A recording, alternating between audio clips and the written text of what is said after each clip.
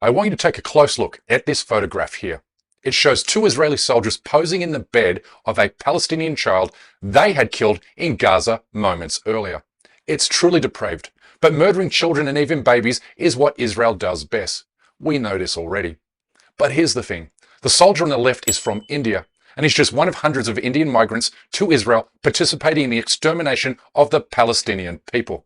Very few people know that the very first Israeli soldier to be killed during the current invasion of Gaza was also from India.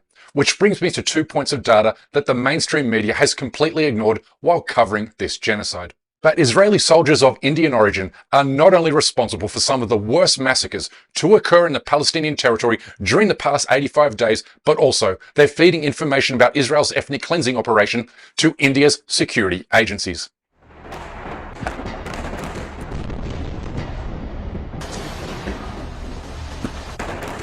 Members of the Indian community are taking on Hamas terrorists in Israel. About 206 reservists have been called for duty.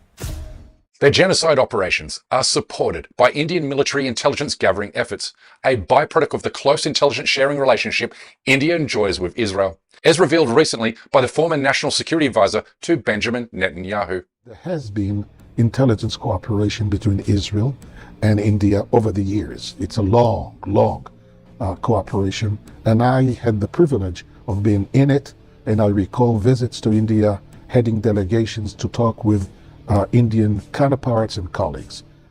Last month, the Israeli ambassador to India boasted that he could create an entire Israeli army with the number of volunteers he has received from Hindu nationalists in India, who are just itching to kill Muslims wherever they can find them. But let's first focus on the hundreds of Indian Jewish soldiers who are currently in Gaza, killing Palestinians and blowing up schools and mosques, while also sharing information about Israel's genocidal methods with Indian military officials. Information and intelligence that's helping the Modi regime develop its own blueprint for genocide in India and Kashmir. I mean, it's already been reported that Israel's barbarity in Gaza has become a great source of inspiration for the Modi regime.